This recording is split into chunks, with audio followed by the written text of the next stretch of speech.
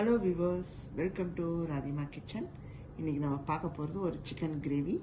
இந்த chicken gravy வந்து நம்ம அரைச்சி பண்ண போகிறோம். அதுக்கு என்னென்ன தேவைன்னு பார்த்துக்கலாம். இது என்னோடய ஸ்டைலில் பண்ணுறேன். இந்த மாதிரி நீங்கள் பண்ணியிருப்பீங்களான்னு தெரியாது, பட் இந்த மாதிரி பண்ணி பாருங்கள், ரொம்ப நல்லாயிருக்கும். இது வந்து 2 விதமாக பண்ணுவாங்க. நான் இந்த ஒரு ஸ்டைல் உங்களுக்கு பண்ணி காமிக்கிறேன்.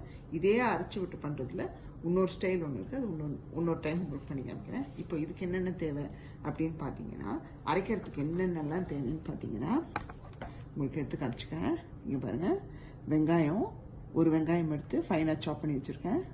தக்காளி ஒன்று சின்னதாக எடுத்து சாப் பண்ணி வச்சுருக்கேன். இது காரமே வந்து பார்த்திங்கன்னா பச்சை மிளகா தான், நம்ம வேறு எதுவும் சேர்க்கக்கூடாது. பச்சை மிளகா ஸ்பைஸில் தான் வந்து நம்ம குக் பண்ண போகிறோம்.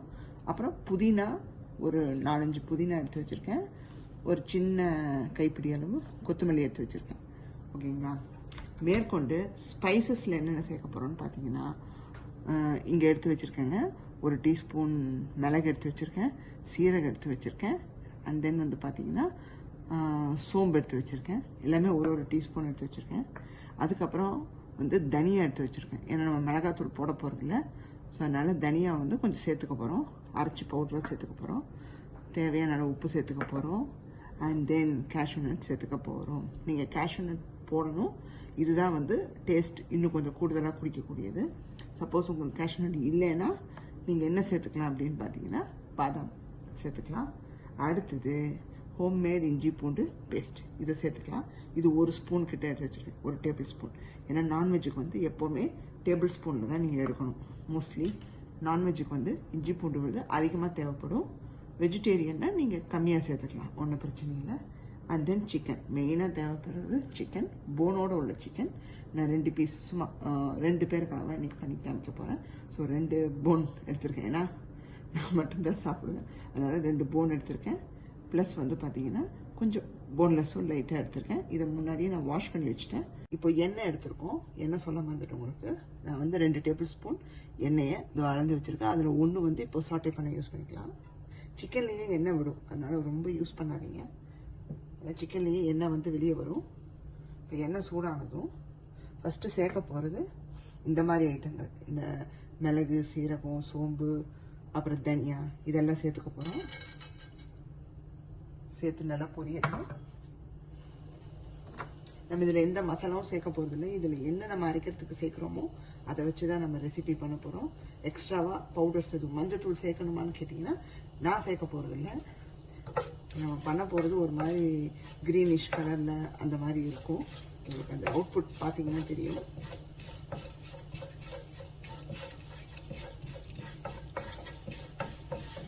எந்த ரெசிபியாக இருந்தாலும் எண்ணெய் மட்டும் அளவாக ஊற்றிக்கோங்க. நிறையா விட்டால் டேஸ்ட்டாக இருக்குன்னு சொல்லி விட தேவையில்லை.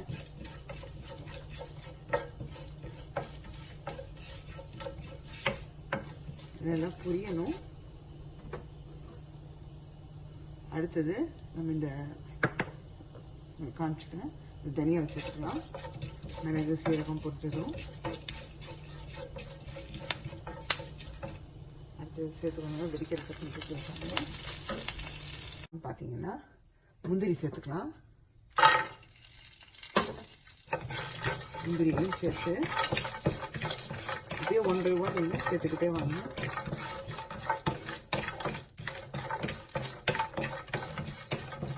அதை லைட்டாக வந்து சாட்டே பண்ணதும் அடுத்ததான் நம்ம இங்கே எடுத்து வச்சிருக்கிற வெங்காயம், தக்காளி, இந்த விஷயங்களை சேர்த்துக்கலாம். ஃபஸ்ட் ஆனியன் எல்லாத்தையுமே அந்த டைமில் சேர்த்துருங்க. நீங்கள் வந்து ஸ்லோவாக சேர்க்கணும்னு அவசியம் இல்லை, அதனால சும்மா அரைக்க தான் போகிறோம்.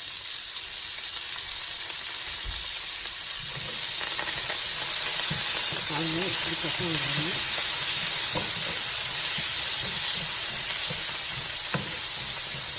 நல்லா வந்து கலந்து விட்டுக்காங்க.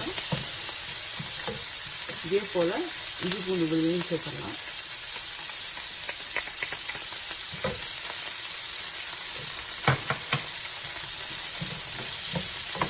இப்போது உங்களுக்கு ஃபஸ்ட்டு ஸ்டெப்பில் காமிச்ச மாதிரியே என்னென்னலாம் வந்து நான் உங்களுக்கு காமிச்சேனோ அது எல்லாத்தையும் எண்ணெய் விட்டு நான் 2 டேபிள் ஸ்பூன் எண்ணெய் எடுத்துருந்தேன். அதில் 1 டேபிள் ஸ்பூன் சாட்டே பண்ண யூஸ் பண்ணிட்டேன்.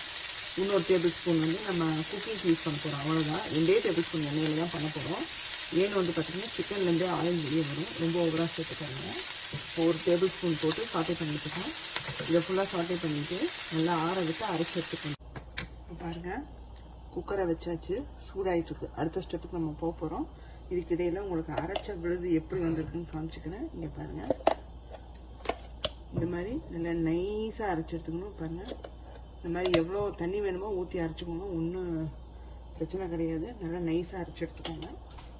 அரைச்சதை ஒரு சைடு வச்சுக்கலாம். இப்போது பேன் சூடானதும் இந்த பேலன்ஸ் உள்ள ஆயிலை உள்ளே சேர்த்துக்கோங்க.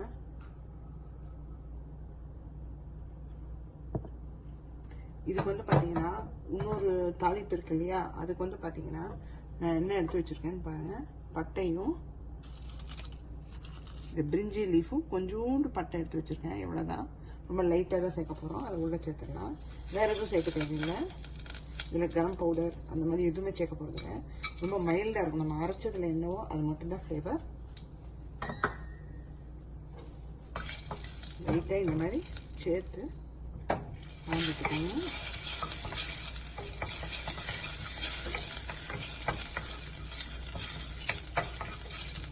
இதில் இப்போ அடுத்தது சேர்க்க போகிறது சிக்கனை. ஏன்னு வந்து பார்த்திங்கன்னா நம்ம அரைச்ச விழுது ஆல்மோஸ்ட் சாட்டே பண்ணியாச்சு. ஸோ இப்போ நம்ம சிக்கனை சேர்த்துட்டு அதுக்கப்புறமா நம்ம அரைச்ச விழுது சேர்த்துக்கலாம்.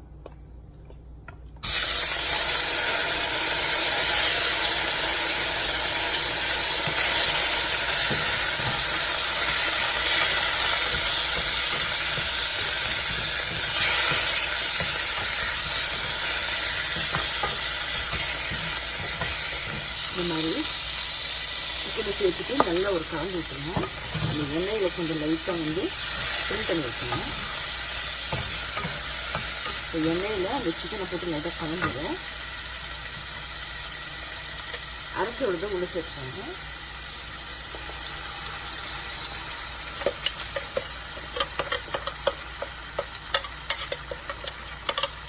பார்த்தீங்கன்னா அரைச்ச விழுத ஃபுல் அண்ட் ஃபுல் சேர்த்தாச்சு. மிக்சியில் இந்த அலாசியும் சேர்த்தியாச்சு. நல்லா கலந்து விட்ருங்க. கொஞ்சம் ஒரு கொதி வரணும். அந்த கொதி வந்ததும் உப்பு காரம் எப்படி இருக்குன்னு டேஸ்ட்டு பார்த்துட்டு குக்கரை மூடி 2லேருந்து 3 விசில் வச்சுக்கோங்க. அதிலே சிக்கன் வெந்துடும். நீங்கள் வாங்குகிற சிக்கன் வந்து நல்ல சிக்கனாக இருந்துச்சுன்னா குயிக்காக வெந்துடும். எங்களது வந்து 3 விசிலே வெந்துடும். ஸோ நான் என்ன பண்ண போகிறேன்னா கலந்து விட்டுட்டு நல்லா வந்து டேஸ்ட் உப்பு காரம் எவ்வளோ இருக்குன்னு செக் பண்ணிவிட்டு குக்கரை மூடி 2 விசில் வச்சு 2லேருந்து 3 விசில் வச்சு நான் எடுத்துட போகிறேன். விசில் அடங்கிருச்சு. 3 விசில் வச்சு குக் பண்ணியாச்சு. திறந்து பார்த்துக்கலாங்க. வா பாருங்க எவ்வளோ வாசமாக இருக்குங்க. உங்களுக்கு எப்படி டிஸ்பிளே வந்திருக்குன்னு காமிச்சிடறேன். கொஞ்சம் சூடாக இருக்கும். எப்படி காமிச்சிருப்பாருங்க. இந்த மாதிரி தான் இருக்கும். இந்த மாதிரி லைட் இந்த குருமா கலரில் தான் இருக்கும். அதை கலந்து விட்டுடலாம் ஒரு வாட்டி. நீங்கள் இந்த ஸ்டேஜில் வந்து கிரேவி ரொம்ப திக்காக இருக்கிற மாதிரி தெரிஞ்சால், ஏன்னா முந்திரி போட்டிருக்கோம், திக்காக இருக்கிற மாதிரி தெரிஞ்சால் இன்னும் கொஞ்சம் தண்ணி விட்டுக்கோங்க. சப்போஸ் எனக்கு இந்த கன்சிஸ்டன்சி போதும்னா இது கூட நம்ம இப்போ ஆட் பண்ண போகிற அந்த கஸ்தூரி மேத்தி ஆட் பண்ணிவிட்டு நம்ம சர்வ் பண்ணிக்கலாம். வேணும்னா தண்ணி ஊற்றிக்கோங்க. தண்ணி ஊற்றி ஒரு கொதி வச்சுக்கோங்க. நான் வந்து தண்ணி ஊற்றி லைட்டாக ஒரு கொதி வைக்க போகிறேன். உங்களுக்கு அதை காமிச்சேங்க.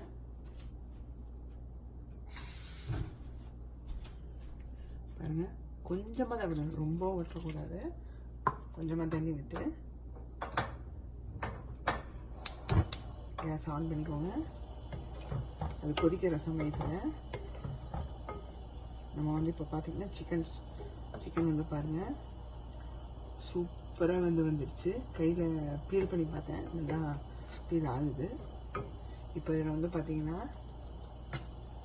நம்ம எடுத்து வச்சுருக்கிற இந்த மேத்தி லீவ்ஸை க்ரஷ் பண்ணி கையில் போட்டு க்ரஷ் பண்ணிக்கோங்க. இப்படி ரப் பண்ணணும். இப்படி ரப் பண்ணி இப்படி போட்டுங்க. அவ்வளோதான்.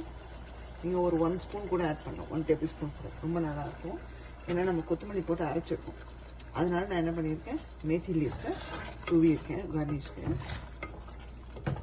பாருங்கள் சூப்பராக ரெடி ஆகிடுச்சு. இதை சர்வ் பண்ணிடலாம். பாருங்கள் சூப்பரான சிக்கன் கிரேவி ரெடி ஆயிடுச்சு. நீங்களும் இதே மாதிரி பண்ணி பாருங்கள். இந்த சிக்கன் கிரேவி வந்து பூரி சப்பாத்தி பரோட்டாக்கெல்லாம் ரொம்ப சூப்பராக எக்ஸலண்ட்டாக இருக்கும். அது பூரிக்கெல்லாம் செமையாக இருக்கும். நான் என்ன இன்க்ரீடியன்ஸ் அரைச்சேனோ அதே இன்க்ரீடியன்ஸ் போட்டு நீங்கள் அரைச்சி இதை பண்ணி பாருங்கள், செமையாக இருக்கும். நீங்கள் வந்து சாப்பிட்டுட்டு உங்களுக்கே வந்து ரொம்ப பிடிச்சி போயிடும், இன்னொரு வாட்டி செய்யணும்னு தோணும். ஸோ என்னோட இந்த சிக்கன் வீடியோ பிடிச்சிருந்தா ஷேர் பண்ணுங்கள், செஞ்சு பார்த்துட்டு உங்கள் கமெண்ட்ஸை கீழே போடுங்க. சப்ஸ்கிரைப் பண்ணாதவங்க ராதிமா கிச்சனுக்கு சப்ஸ்கிரைப் பண்ணிடுங்க. பாய்.